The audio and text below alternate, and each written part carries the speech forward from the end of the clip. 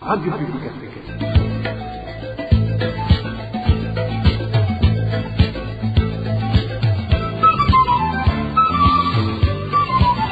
Radio Publique Africaine.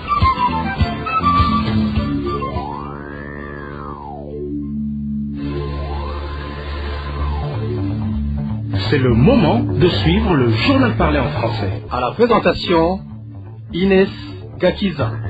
C'est un plaisir de vous retrouver. Bonsoir et bienvenue à l'édition de ce vendredi 24 novembre 2023. Les grands titres pour commencer. Une Burundaise réfugiée au camp de Lusenda en RDC est introuvable depuis plus d'une semaine. Sa famille alerte et sollicite l'intervention des chargés de la sécurité du camp et du ACR. Les drapeaux du CNDD-FDD sont posés dans plusieurs endroits de la zone Nyakabiga, une situation qui gêne certains habitants. Des politiciens appellent au respect de la loi avant que la situation n'entraîne d'autres conséquences. Et enfin, les habitants de Bujumbura sont tranquillisés par les professionnels de santé. La maladie signalée ces derniers jours est une grippe due au changement climatique et pas la Covid-19. Le développement de ces titres, c'est dans quelques poussières de secondes.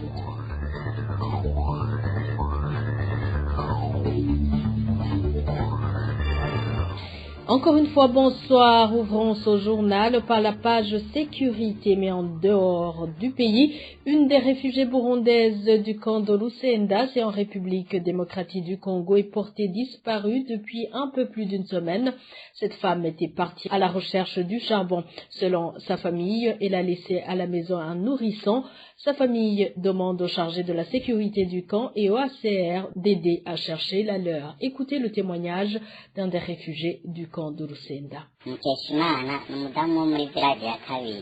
Mukeshimana est une personne qui habitait le village 2 du camp. Il a été porté disparu il y a une semaine et 2 jours. Elle était allée dans les montagnes à la recherche du charbon et n'est pas revenue depuis. Il a laissé un nourrisson d'une année et 2 mois. Son enfant ne cesse de pleurer.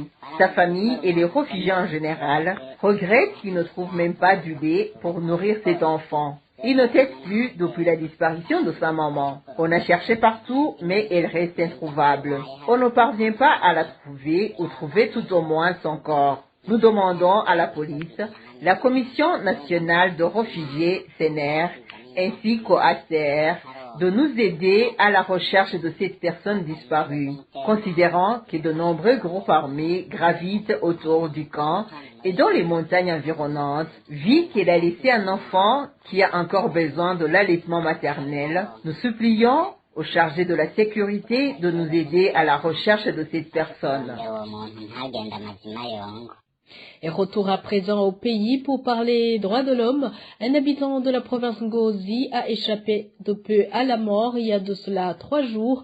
Le crime reproché à ce dernier serait d'avoir osé réclamer l'argent que lui devait son patron et ce dernier a décidé d'en finir avec lui. Plus de détails avec Josiane Mozaneza. La victime s'appelle Elias Tuisenge. Originaire de la commune de Busoni en province Kirundo, il travaille comme tâcheron en province Ngozi. Comme il le témoigne dans une vidéo qui a inondé la toile, il a été malmené et violenté alors qu'il ne faisait que réclamer son dû.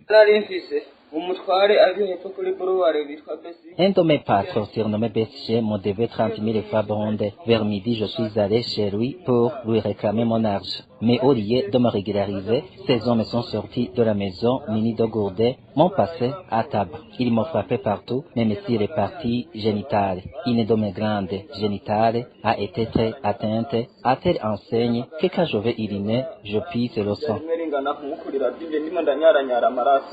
Comme si cette bastonnade ne suffisait pas, ses bourreaux sont allés jusqu'à l'enterrer vivant, croyant qu'il allait trépasser, mais son heure n'était pas encore venue.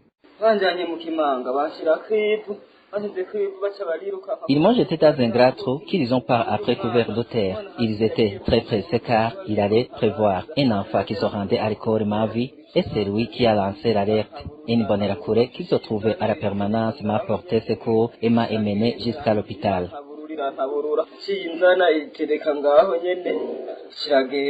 Selon nos sources en Ngozi, le patron en question serait déjà entre les mains de la police.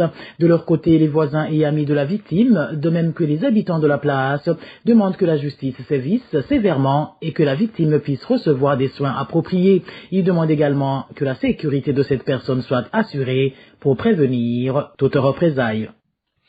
À ce propos, les défenseurs des droits de l'homme n'ont pas tardé à réagir au sein de la VDP qui condamne cet acte inhumain et font savoir qu'ils ont pris ce dossier en main et promettent de faire tout leur possible pour que justice soit rendue.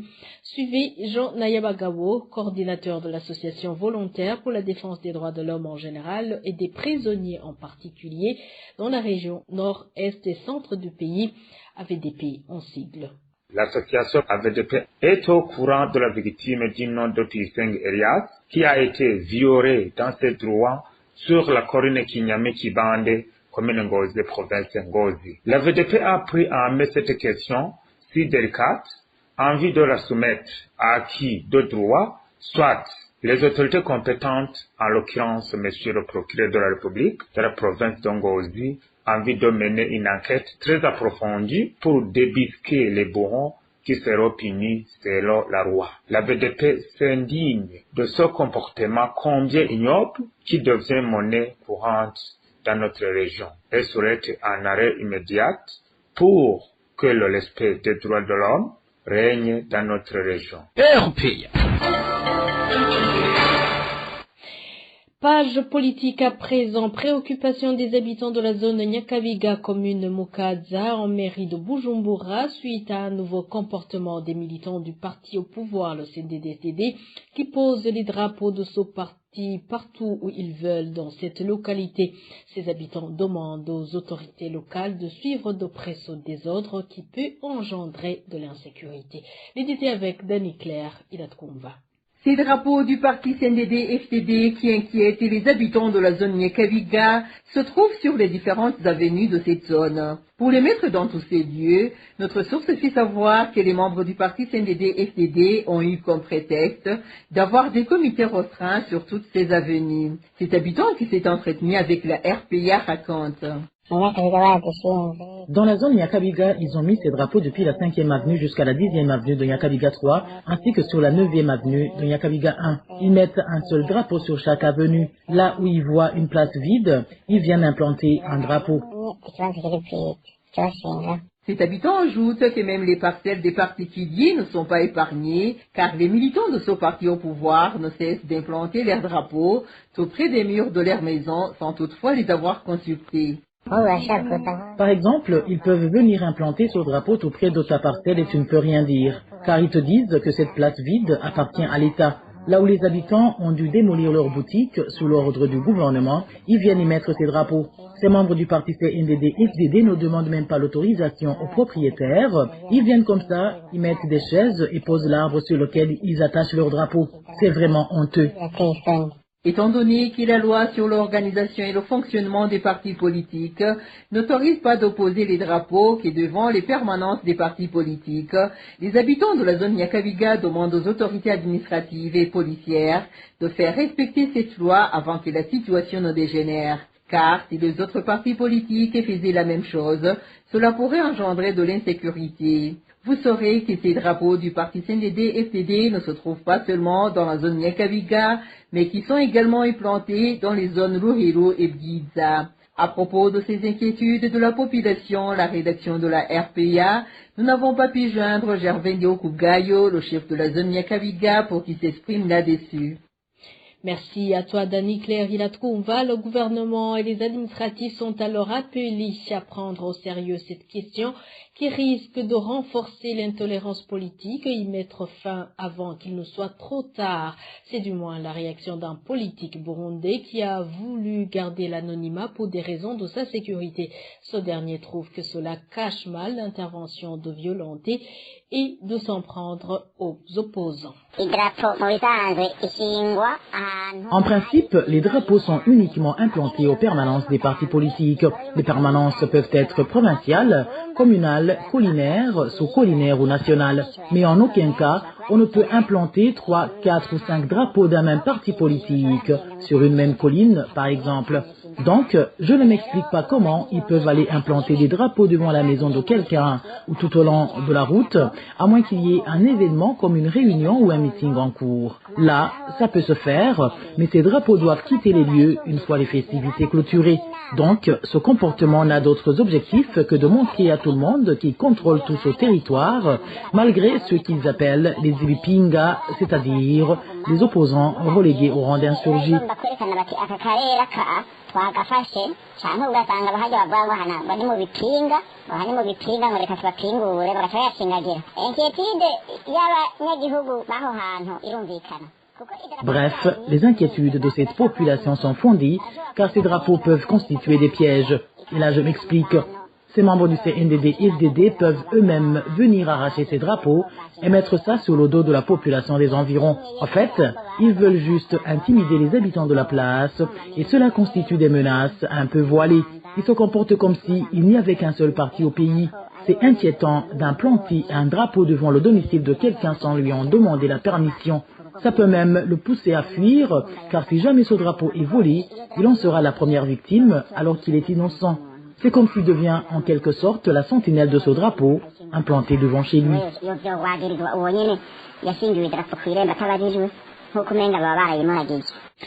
Ils se disent délaissés par les dirigeants du pays. Ils, ce sont les habitants du quartier Karurama, près de l'usine de production du ciment en commune Rugombo de la province Cibitoke. Pour eux, ils sont en train de mourir petit à petit et en silence, alors que les hauts responsables du pays sont au courant de leurs problèmes. Ils ont beau promis de trouver solution à ce problème, mais ces habitants regrette qu'ils ne joignent jamais la parole à l'acte. Elvis Niomongere. Depuis les Nkurunziza jusqu'à l'ère Ndayishimiye, la question de la cohabitation entre les usines de fabrication du ciment Buseko et la population du quartier Karurama, dans lequel est implantée l'usine, est bien connue. Différentes autorités au plus haut niveau ont été visiter l'usine et la population. Elles se sont rendues donc de la gravité de la situation. Lors de leur visite, ces autorités promettaient la délocalisation de Buseko comme le témoin de cet habitat du quartier Karurama. Différentes autorités se sont exprimées à ce sujet. La question des problèmes que pose Buseko à la population est bien connue depuis le pouvoir du président Nkurunziza. Le président Ndayishimiye a en personne déclaré qu'il faut bien que Buseko soit délocalisé. Le premier ministre actuel a promis qu'il avait pris en main la question Buseko.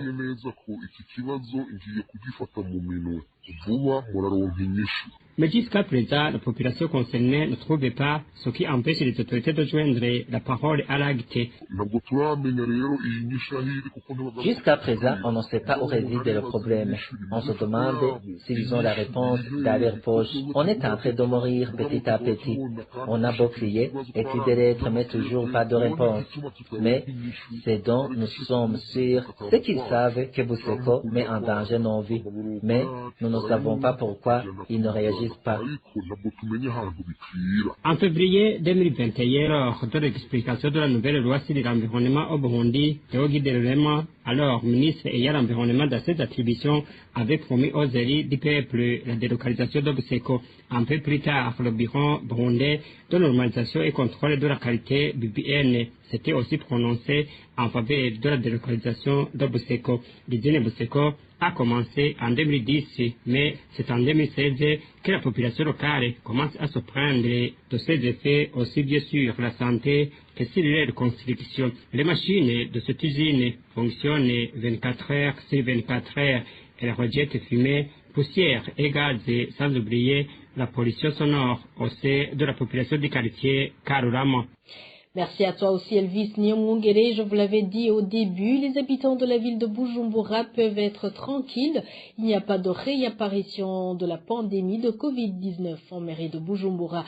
Déclaration du docteur Pi Nibiranije, pédiatre à l'hôpital militaire de Kamenge.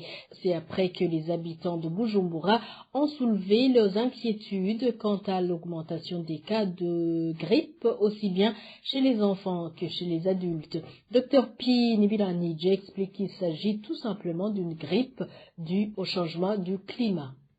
Ici, dans notre hôpital, beaucoup d'enfants, les nourrissons, les petits-enfants, même les grands-enfants, qui souffrent de la grippe, qui vient souvent chaque année quand la saison pluvieuse commence, on observe des cas d'autres. Mais les enfants, les petits-enfants, je dirais les nourrissons, de moins de 6 mois, sont beaucoup plus vulnérables par rapport aux autres enfants. Pourquoi? Parce que des fois, on voit que peut y avoir, dans un premier état de la grippe, et secondairement, il peut y avoir comme complication teinte des bronchioles. Il n'y a aucun souci, les parents n'ont pas à s'inquiéter. Cette grippe n'a rien à voir avec la Covid. On conseille les parents de venir consulter le médecin et le pédiatre pour que ces pédiatres puissent bien sûr prodiguer des conseils après un traitement adéquat. Pini Biranije s'est exprimé sous les micros de nos confrères de la radio-télévision Isanganiro. Dernier dossier de ce journal, insalubrité notoire à l'abattoir du quartier Ruziba en zone Kanyosha de la mairie de Bujumbura. Cet abattoir n'a rien comme matériel caractérisant un abattoir, l'eau y compris.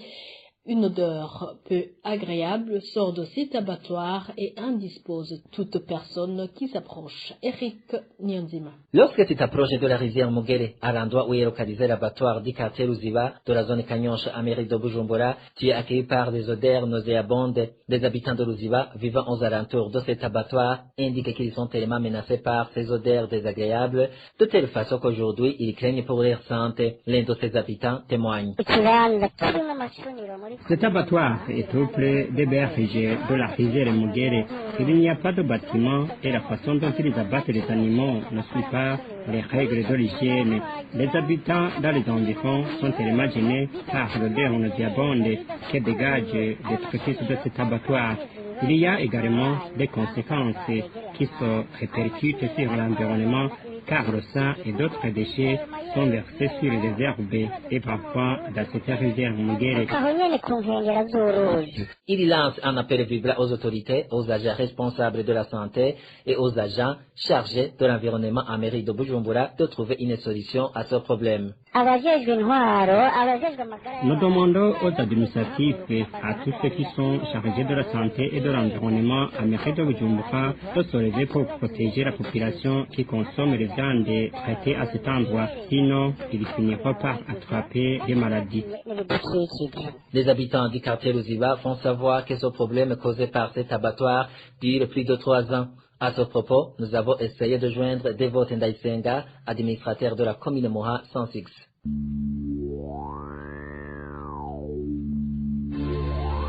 Merci Eric Nyonzima, c'est par ton reportage que nous mettons point final à ce journal. Merci à vous tous qui nous avez suivis. Bon début de week-end à tous.